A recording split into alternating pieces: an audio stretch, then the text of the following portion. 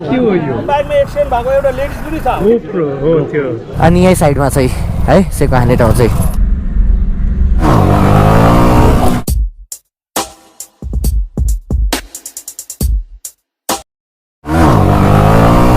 right guys तपाईँहरूलाई पनि धेरै ज्ञान भयो होला मैले त 1 वर्षपछि चलाएको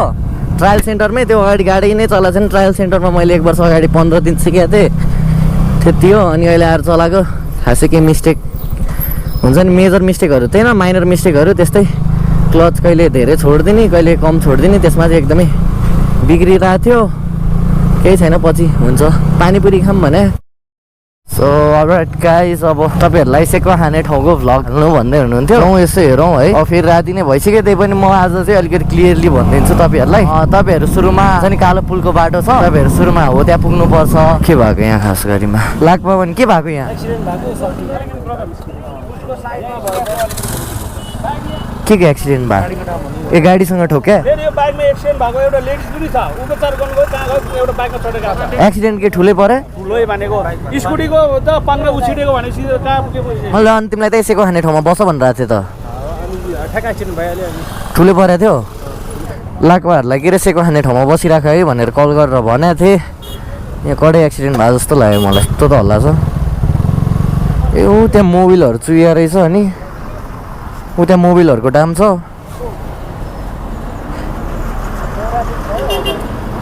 समात्नुहुन्छ है पुलिसहरू आइराख्नु भएको छ भर्खरै एक्सिडेन्ट भएको यहाँ हेलमेट लगाएर चलाउनु सो गाइज हामी यहाँ गणेश थानको मेन पोइन्टमा छौँ भने यो हेर्नु है मजाले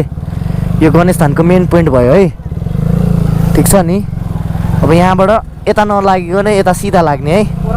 ओह्रालोपट्टि लाग्ने अनि यही साइडमा चाहिँ है सेको हान्ने ठाउँ चाहिँ ल आइपुग्यो हामी आन्टीकोमा ल के छ आन्टी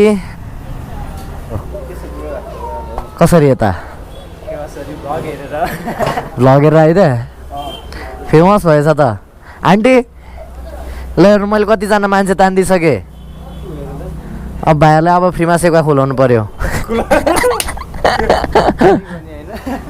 अनि धेरै पछि भेटेँ मोहन सबैजनाको ह्यान्डसम भएछ त यार यत्रोदेखि हामी यसरी बच्चादेखि सिकाउँछु भने साइकल चलाउँदै सँग उडाउँदै हुर्कायो कि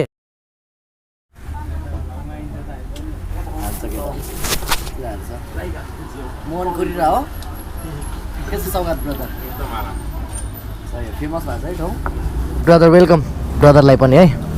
नाम के हो नि ब्रदरहरूको क्रिस ल नाइस नेम हजुरको क्रिस प्रशान्त हाम्रो सौगात ब्रदर ठाउँ फेमस भयो है थ्याङ्क यू ल भोलि आउनुहुन्छ है भोलिको भ्लगमा हेर्नु आन्टी यत्रो मान्छे मैले बोलाइदिएको छु अब मलाई यहाँबाट स्पोन्सर हुनुपर्छ सेको पसलबाट राइट गाइज अब सेको खाने ठाउँ देखिहाल्नुभयो होला मेरो धेरैजना आउनु भएको छ तर आएपछि चाहिँ एटलिस्ट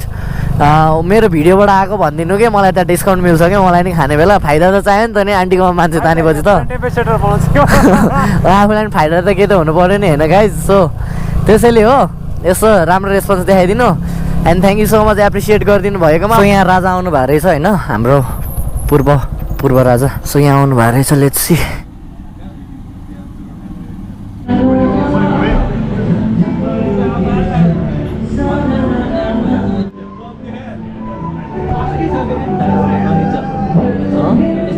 राजालाई हेर्न मान्छेहरूको होल सी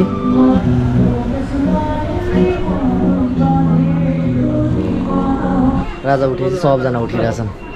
सबजना उठिदिरहेके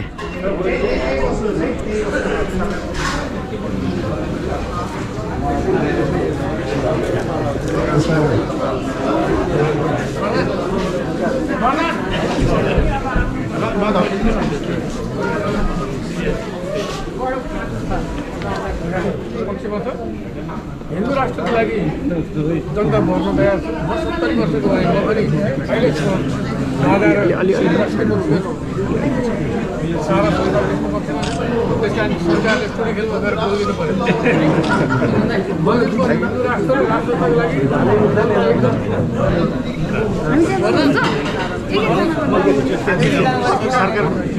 त्यस्तै के हो यो गोप्रो क्यामेरा हो र हजुर गोप्रो हो त्यो हजुर एक्सर्साइज गर्दाखेरि पनि हजुर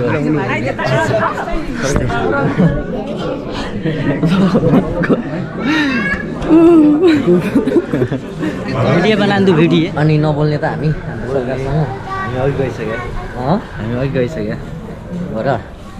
कस्तो लाग्यो त आज मिठो बबाल है आज आउने प्लानै थियो नि त रमाइलो भयो है हजुरआमा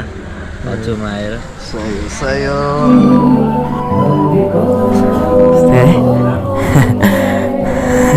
तिमी किन पछाडि बस्यो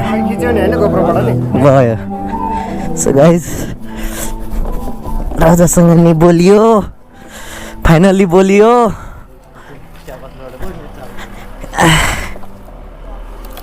ल बस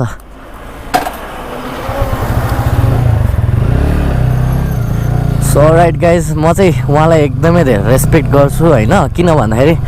my mother use to say me सानोमा हुँदाखेरि म धरान बस्थेँ क्या अनि उहाँले मलाई टाउकोमा हात राखेर ब्लेसिङ दिनुभएको थियो अरे क्या लाइक म एकदमै सानो हुँदाखेरि 4-5 वर्षको हुँदाखेरि त्यो हुन्छ नि लाइक भिडभाड हुने बेला त्यो राजा आउने बेला भिडभाड त भइहाल्छ नि त्यस सानोमा हुँदाखेरि त्यसरी ब्लेसिङ दिनुभएको थियो अनि उहीँ ज्ञानेन्द्र राजाले दिनुभएको थियो कि अनि मेरो मम्मीलाई पनि भर्खरै कल गरेर भनेको थिएँ म घर आउनु ढिलो हुन्छ राजा आउनु भएको छ भनेर ज्ञानेन्द्र राजा आउनु भएको छ भनेर ज्ञानेन्द्र शाह राजा आउनु भएको छ भनेर मैले भनेँ मम्मीलाई अनि what she said me like Gyanendra राजा भन्छ ज्ञानेन्द्र शाह राजा भन्छ राजालाई ज्ञानेन्द्र शाह राजा भन्छ त्यसरी अपमान गर्नुहुन्छ भन्नुभयो के भन्नुपर्छ त भनेको मम्मी सरकार भन्नुपर्छ अरे के यस आमाले एकदमै राम्रो संस्कार नि सिकाउनुहुन्छ and I didn't expected like म कतिखेर चाहिँ मेरो ड्रोन आउला र यसो भिडियो गर्छु त्यहीँबाट स्क्रिनसट लिन्छु फोटोको पनि भनेको अनि उहाँ आफै बोलिदिनु भयो कि मसँग really appreciated thank you so much do follow me on Instagram उत्सव_vlog छ गाह्रो छ अनलाइन सपिङ नेपालमा तपाईँलाई के सामान चाहिएको छ भने किन्नु होला गोप्रो एक्सेसरिजहरू भ्लगिङ एक्सेसरिजहरू सो आजको लागि यति नै गाइज म जान्छु है घरतिर एन्ड लट्स अफ लभ अनि फेरि huge respect for our king है good bye guys have a good day